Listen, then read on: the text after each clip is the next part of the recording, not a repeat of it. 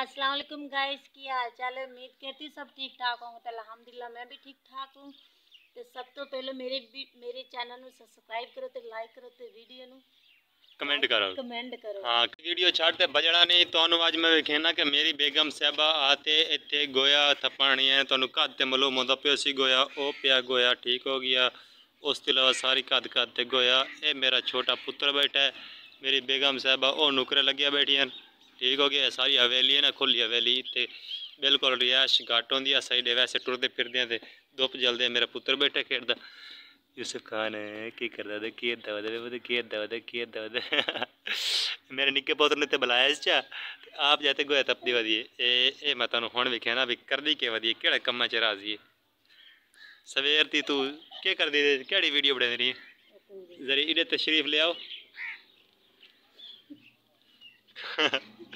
की करदी रही सारी यार सर देर काम करदी रही है की करदी रही है। अस्सलाम वालेकुम गाइस, की हाल चाल है। उम्मीद करती हूँ सब ठीक ठाक होंगे। तो अल्हम्दुलिल्लाह मैं भी ठीक ठाक हूँ।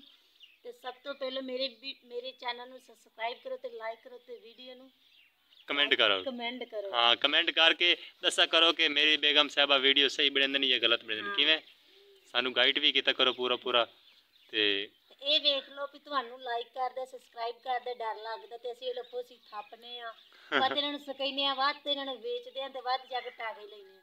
ਤੇ ਤੁਸੀਂ ਇਹਨਾਂ ਤੇ ਕਰ ਸਕਦੇ ਹੋ। ਸਾਡੀ ਮਿਹਨਤ ਤੇ ਫਲ ਦਿਆ ਕਰੋ। ਮਿਹਨਤ ਦਾ ਫਲ ਹਾਂ ਅਸੀਂ ਮਿਹਨਤ ਕਰਨੇ ਆ ਕੋਈ ਮਸਲਾ ਨਹੀਂ। ਤੇ ਲਾਈਕ ਸਬਸਕ੍ਰਾਈਬ ਕਰ ਦੇ ਸਨ। ਹਾਂ ਲਾਈਕ ਤੇ ਸਬਸਕ੍ਰਾਈਬ ਜ਼ਰੂਰ ਕਰਿਆ ਕਰੋ ਤੇ ਕਮੈਂਟ ਕਰਿਆ ਕਰੋ। ਚਲੋ ਕਮ ਸੋ ਕਮ ਆਪਣਾ ਨਾਂ ਹੀ ਕਰ ਲਿਆ ਸਾਨੂੰ ਪਤਾ ਤੇ ਸਾਡੀ ਕੋਈ ਸਪੋਰਟ ਕਰਦਾ ਵੀ ਹੈ। हाँ वाह जी वाह क्या बात है।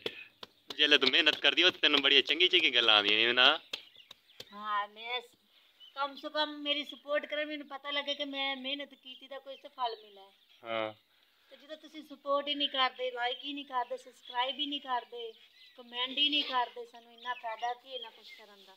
वाह जी वाह चलो कोई गल नहीं कर सर। हाँ ठीक है हम बंद कर दो। ये तो साडा काम करया जे। हाँ ठीक है हुन मैं अपना काम मुकावां आगे मेरे कंडा लग गया हाथ। हाँ कंडा लग गया चल ठीक है ओके गाइस चैनल सब्सक्राइब मार दो कमेंट कर दिया बड़ी मेहरबानी शुक्रिया।